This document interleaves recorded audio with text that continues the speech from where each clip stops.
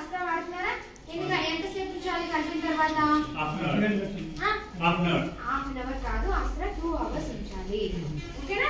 2 hours ఉంచితేనే అది పూర్తిగా కలుగుతుంది. ఒక అరగంటకు ఒకసారి కలుపుతూ ఉండాలన్నమాట. ఈ శనగపిండి ఇలాంటివైతే హాఫ్ అన్ అవర్ సరిపోతుంది. ఓకేనా? సో ఇలాంటివన్నీ చిన్న చిన్నవే, మీకు పాపం అన్ని తెలుసు, అంతా బాగా చేస్తారు. ఇంకా కొన్ని జాగ్రత్తలు తీసుకున్నారంటే ఇప్పుడు దిగుబడి యావరేజ్ ఎంత వస్తుంది మీకు అందరికి? 100 గుడ్లకి ఎంత వస్తుంది దిగుబడి? 75%. ఇంకా కొంచెం ముందుకు వెళ్ళడానికి కూడా ఛాన్స్ ఉందన్నమాట. ఎందుకంటే మీరందరూ బాగా ఎక్స్పీరియన్స్ ఉన్న రైతులు ఉన్నారు, కొత్తగా చేసే వాళ్ళు కూడా ఉన్నారు. కొత్తగా చేసే వాళ్ళు ఏం చేస్తారు, ఆల్రెడీ మీరు చేస్తున్న వాళ్ళు ఉన్నారు కదా, మీ దగ్గరకు వచ్చే వింటారు వాళ్ళు. మీ డిపార్ట్మెంట్ ఆఫీసర్స్ కానీ సైంటిస్ట్ కానీ ఎంతన్నా మొత్తుకోండి, వాళ్ళకి నమ్మకం కుదరదు. ఎందుకని, మా ఫ్రెండ్ చేశాడు, మా ఫ్రెండ్కి బాగా డబ్బులు వచ్చినాయి కాబట్టి మా ఫ్రెండ్ ఏం చెప్తే నేను అదే చేస్తాను, అంతేనా? టోటల్ స్పేసింగ్ ఎంత పెడుతున్నారు? 4x4. అందరికి అదేనా? 8 కూడా పెట్టారా? ఓకే. ఈ దిగుబడి బాగా వస్తుంది. ఆకు దిగుబడి ఎన్ని సంవత్సరాలు అయింది? 1 year. కొంచెం టైం పడుతుంది. వైడ్ స్పేసింగ్ లో మీరు ఆల్రెడీ చూసే ఉంటారు కదా, చెట్ల నిర్వాహం. ఇట్లా చెట్ల నిర్వాహం చేసినప్పుడు ఏంటి చెప్పండి, ఎంత స్పేసింగ్ పెడతాం? కనీసం 8x8, 10x10, ఈవెన్ 12 కూడా పెట్టుకోవచ్చు. కాకపోతే ఇది కొంచెం ఈ తోట నుంచి మీకు సరిపడా ఆకు దిగుబడి రావాలంటే కనీసం 2 నుంచి 3 ఏళ్ళు పడుతుంది. తర్వాత మీకు ఒకసారి తోట రెడీ అయిన తర్వాత ఒక చెట్టు నుంచి ఒక DFL పెంచుకోవచ్చు. అంటే ఇప్పుడు ఈ 8x8 అంటే మాక్సిమం ఒక 700 మొక్కలు ఉన్నాయా సార్? 1 ఎకరానికి అంతే. కానీ ఒక చెట్టు నుంచి ఒక DFL కూడా మీరు పెంచుకోవచ్చు. అంత బాగా ఆకు దిగుబడి వస్తుంది, ఆకు నాణ్యత కూడా బాగా వస్తుంది. ఓకేనా? సో ఈ రికమెండెడ్ టెక్నాలజీస్ ఏమైతే ఉన్నాయో మీ ఫ్రెండ్స్నే కాకుండా మీ ఫ్రెండ్స్కి ఏమైనా డౌట్స్ ఉన్నా కూడా సార్ వాళ్ళని, మేడం వాళ్ళు ఎవరైతే మీకు డిపార్ట్మెంట్ వాళ్ళు అందుబాటులో ఉంటారో వాళ్ళు ఖచ్చితంగా అడిగి తెలుసుకుని 1-2 సార్లు ఆలోచించి చేయండి. ఓకేనా? ఇంకా మీరందరూ మాక్సిమం ఇంట్లో వాళ్ళే చేసుకుంటున్నారు కాబట్టి మనకి మెయిన్ ముఖ్యంగా పట్టు పరిశ్రమల్లో ఇప్పుడు నేను 275 రూపాయలు ఖర్చు అన్నాను కదా, దాంట్లో 40% మనకి కూలీకే పోతుంది. ఎప్పుడైతే మనం సొంతంగా చేసుకుంటామో ఆ కూలీ ఖర్చులో సగం ఖర్చు మిగుల్చుకోవచ్చు. సరేనా? బయట వాళ్ళకి అనుకోండి 500-600 ఇవ్వాలి, మన సొంతం అయితే మనకి 500-600లో మనం కష్టపడిన దానికి 300 వేసుకున్నా కానీ ఇంకో 300 మిగిలినట్టే కదా. అప్పుడు రూపాయి ఖర్చు మీకు తగ్గుతుంది కాబట్టి నికర ఆదాయం పెరుగుతుంది అనమాట. ఓకేనా? సో ఇది జస్ట్ మీకు కొన్ని టిప్స్ చెప్దామని చెప్పాను. ఇప్పుడు మా సంస్థ గురించి వచ్చి ఏంటంటే ఇది కేంద్ర పట్టు మండలి, విన్నారా ఎప్పుడైనా? కేంద్ర పట్టు మండలి, సెంట్రల్ సిల్క్ బోర్డు మీరే ఉంటారు కదా. ఇది 1948లో బెంగళూరులో స్థాపించారనమాట. ఇది వచ్చి మేము ఇప్పటికీ 76 సంవత్సరాలు పూర్తయింది. మన భారతదేశంలో పట్టు పరిశ్రమను అభివృద్ధి చేయడానికి పూర్తిగా ప్రతి అంటే రకరకాల పట్టులు ఉన్నాయన్నమాట. మల్బరీ, టసార్, ఎరీ, మూగ అని 4 రకాల పట్టులు ఉన్నాయి. మనకు తెలిసింది మల్బరీ ఒకటి, ఎందుకంటే మన ప్రాంతానికి అనువైంది మల్బరీ పట్టు పురుగులు మాత్రమే. సో ఈ అన్ని పట్టు పురుగులకి పూర్తిగా మన భారతదేశంలో పట్టు పరిశ్రమని అభివృద్ధి చేయడానికి ఈ సంస్థ వివిధ కార్యక్రమాలు చేపడుతూ ఉంటుంది అనమాట. దాంట్లో భాగంగా మల్బరీ పట్టు పరిశ్రమకు సంబంధించి మన దక్షిణ భారత మల్బరీ ఎక్కువ ఎక్కడ పండుతుంది, పట్టు పురుగులు ఎక్కువ ఎక్కడ ఏ రాష్ట్రంలో పెంచుతున్నారు? ఫస్ట్ కర్ణాటక ఫస్ట్, కనీసం 45% కర్ణాటక నుంచి ఉత్పత్తి అవుతుంది. నెక్స్ట్ వచ్చి మన ఆంధ్రాలో ఏంటంటే కనీసం 10,000 టన్నుల వరకు ఉత్పత్తి అవుతుంది.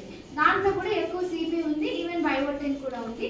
సో కర్ణాటక, ఆంధ్ర, తమిళనాడు, తెలంగాణ, మహారాష్ట్ర, మధ్యప్రదేశ్ ఈ 6 రాష్ట్రాలకు సంబంధించి రైతులకి ఎలాంటి సహకారం కావాలన్నా, సమాచారం కావాలన్నా ఈ సంస్థ నుంచి మేము అందిస్తాం అనమాట. ఈ సంస్థ వచ్చి కేంద్ర పట్టు పరిశోధన మరియు శిక్షణ సంస్థ. ఇది 1962లో స్థాపించారు. ఇప్పుడు మనకి ఫీల్డ్ లో V1 వెరైటీ కానీ, FC1, FC2 హైబ్రిడ్ కానీ, మల్టీ వోల్టేజ్ బ్రీడ్ కానీ అన్ని కూడా ఈ సంస్థ నుంచే డెవలప్ చేశారనమాట. ఇప్పుడు మీరు కట్టే రేరింగ్ షెడ్ మోడల్ ఉంది కదా, ఎంత సైజ్ లో కడుతున్నారు?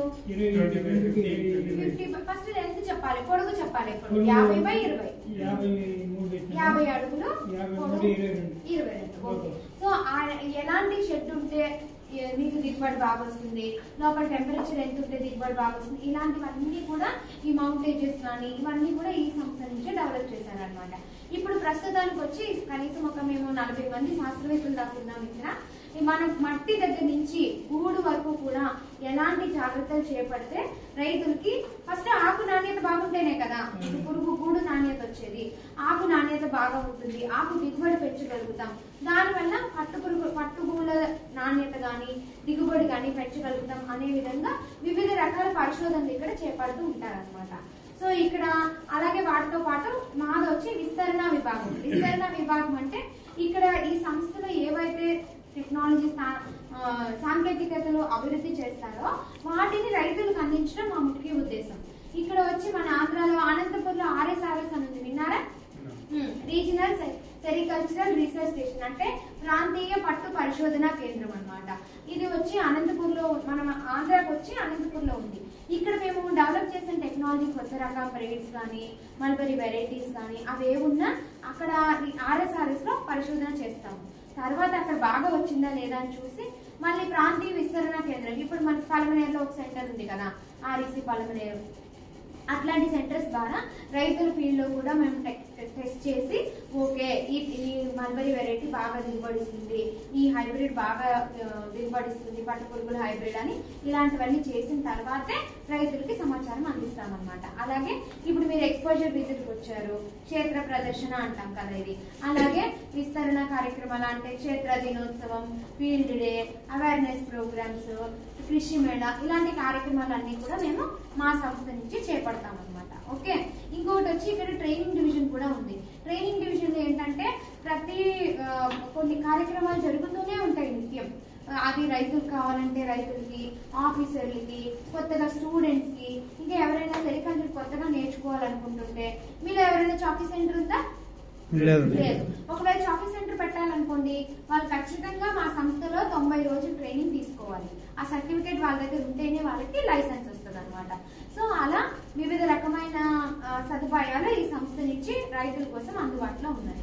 మీరే కాకుండా ఇంకా మీరు ఎవరైనా మీ ఫ్రెండ్స్ కానీ కొత్తగా ఎవరైనా చదువుకున్న పిల్లలు కానీ వాళ్ళు ఏమైనా సెరికల్చర్ చేపట్టాలన్నా కూడా ఇక్కడికి వచ్చి వాళ్ళు ట్రైనింగ్ తీసుకోవచ్చు. ఓకేనా?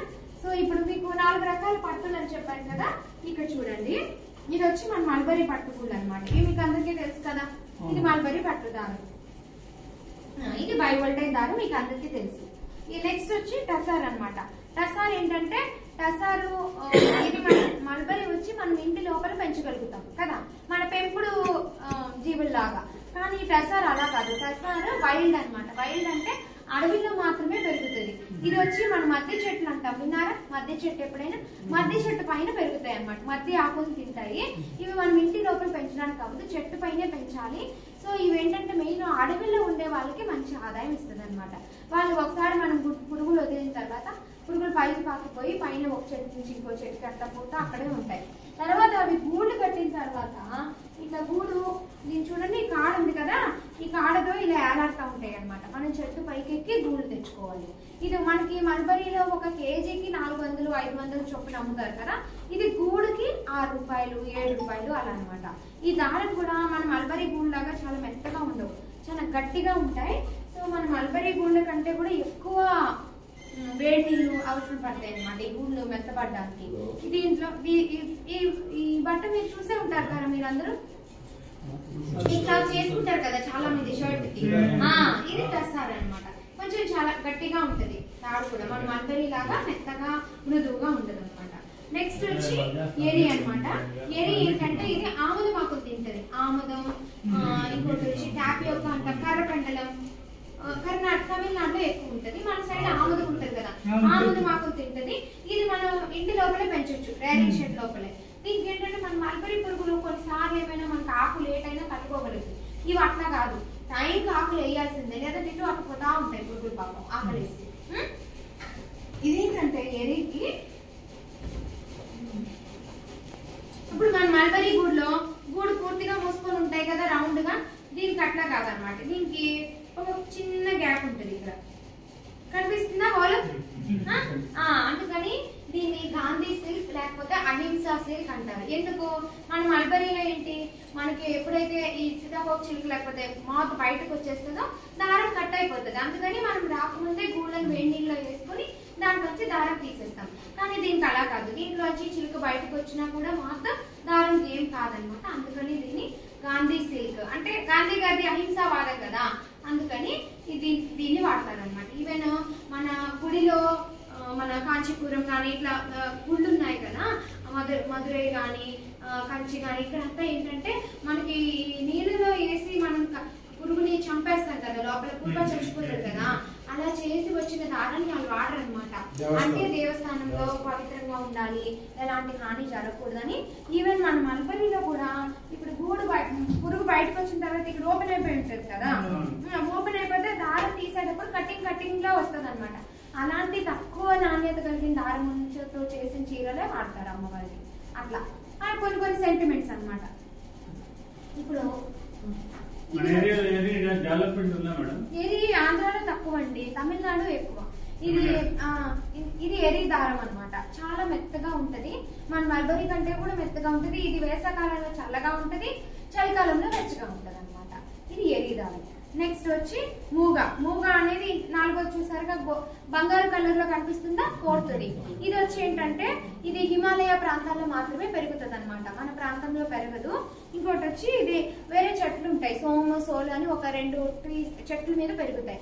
చెట్ల మీద పెరిగిన తర్వాత ఎప్పుడైతే గూడు కట్టడానికి రెడీగా ఉంటాయో అవి కిందకు వచ్చేస్తా ఉంటాయి. మనం వాటిని తీసుకొచ్చి మా చంద్రకళ మీద వేసుకుని గూడు కట్టిన తర్వాత ఈ దారం కూడా ఇలా గోల్డ్ కలర్ లో ఉంటది అనమాట. మన భారతదేశంలో మాత్రమే 4 రకాల పట్టుల్ని మనం ఉత్పత్తి చేయగలుగుతున్నాం. ఇంకోటి ఇది వచ్చి మన హిమాలయాల్లో మాత్రమే చేస్తామన్నాం కదా, అందుకని ఇది ఉత్పత్తి చాలా తక్కువ, రేట్ ఎక్కువ బాగా. ఒక పూర్తిగా ఈ మూగా దారంతో చేసిన చీర కనీసం 60 నుంచి 70 వేలు ఉంటుంది, అంత రేట్ ఎక్కువ అనమాట. ఓకేనా? ఇవి 4 ఎరీ కాస్ట్ ఒక 400 నుంచి 450 అలా ఉంటుంది మార్కెట్ ప్రైస్. సో ఇవి 4 రకాల పట్టులు అనమాట. సో ఇంకా వచ్చి ఇప్పుడు మీరందరూ టెంపరేచర్ ఎలా మెయింటైన్ చేస్తున్నారు రేరింగ్ షెడ్ లోపల? అందరూ చాకీ పురుగులనే తెచ్చుకుంటారా? చాకీ చేసుకుంటారా, తెచ్చుకుంటారు. ఎంత ఉంది రేటు?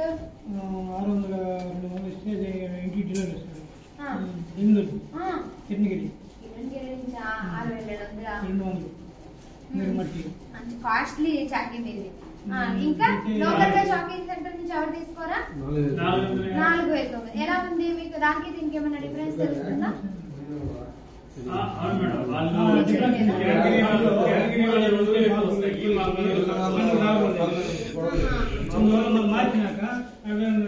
కిరణగిరి మాత్రం బాగా వస్తుంది. కిరణగిరినే చేయాలనేం లేదు, కిరణగిరి నుంచి ఎక్కువే ఉంది. ఇంకా మీరు కావాలంటే 3వ దశ పురుగులు కూడా పెంచి 3వ జరగలకు వెళ్ళినప్పుడు ఇస్తారు వాళ్ళు, మీరు ఎక్స్ట్రా డబ్బులు కడితే. సో మీ దగ్గరలో ఉన్న చాకీ సెంటర్ లో కూడా తీసుకోండి. కాకపోతే మెయిన్ మీరు ఏంటంటే డిస్ఇన్ఫెక్షన్ కరెక్ట్ గా చేపట్టాలి, లోపల టెంపరేచర్ హ్యూమిడిటీ కరెక్ట్ గా మెయింటైన్ చేసుకోవాలి. టెంపరేచర్ ఎంత ఉందో మీకు ఎలా తెలుస్తుంది? 50-30 దాకా వస్తే మొక్కలు పంట వస్తుంది. దాన్ని కొంచెం క్లోజ్ చేసి పెంచామంటే పంట గర్భిణీ వేస్తుంది. మొన్న 160 మట్టికి 65 కిలోలు వచ్చింది. వేల వస్తే 110 కిలోలు వచ్చింది. 100 మట్టికి 100 గుడ్డి 160 మట్టికి 65 కిలోలు వచ్చింది. 630 పోయింది, బాగా ఎక్కువ పోయింది. 680. ఇప్పుడు మీరు పట్టు పురుగులు లైఫ్ సైకిల్ మీకు తెలుసు కదా, పురుగులు మీరు ఏం చేస్తారు? ఈ గుడ్లతో మీకు సంబంధం లేదు. ఫస్ట్ చాకీ పురుగులు మీరు పెంచరు, 3వ దశ 4వ దశ 5వ దశ మాత్రం పెంచుతారు. ఈ దశలో ఖచ్చితంగా మీరు 26 డిగ్రీలు 24, 23 డిగ్రీలు టెంపరేచర్ ఉండాలి. టెంపరేచర్ ఎక్కువ ఉందనుకోండి ఏం చేయాలి? చెప్పాలి. వాటర్ డైరెక్ట్ గా వేసినప్పుడు షెడ్ ఆల్రెడీ కాలు ఉంటది కాబట్టి, అందరూ షెడ్లేనా ఆర్సీసీగా షెడ్ ఆల్రెడీ కాలు ఉంటది కాబట్టి నీళ్ళు ఎక్కువ పీల్చేసుకుని పెద్దగా ఉపయోగం ఉండదు. ముందు కొబ్బరి పంటలు గానీ, తాటాకులు గానీ, చెరుకుది గానీ ఏదైనా కానీ వేసుకోండి. చెరుకుది వేసినప్పుడు మాత్రం కొంచెం కుళ్ళిపోకుండా జాగ్రత్త తీసుకోవాలి. తర్వాత చుట్టూ కిటికీలకి గుమ్మాలకంతా మోని పట్టాలు కట్టుకోవడం, వాటిని తడుపుకోవడం. ఇంకా మరి ఎక్కువగా ఉంది వాతావరణం అంటే లోపల కుండలలో నీళ్లు నింపుకొని పెట్టుకోవడం. ఇంకా కొంతమంది రైతులు ఏం చేస్తారు, కింద లాస్ట్ బెడ్ కింద ఇసుకేసి ఇసుకని తడిపి దాని మీద రాగులు వేస్తారు. రాగులు మొలకలు వస్తాయి కదా, దాని వల్ల కొంచెం తేమ పెరుగుతుంది, చల్లగా ఉంటుంది. మా వాళ్ళు ఏం చేశారంటే ఇమీడియట్ గా బల్బులు నాగేసి బొబ్బులు పెట్టి చుట్టూ తిప్పాను. చుట్టూ తిప్పినాం సాయంత్రం 3 గంటల దాకా బెడ్లో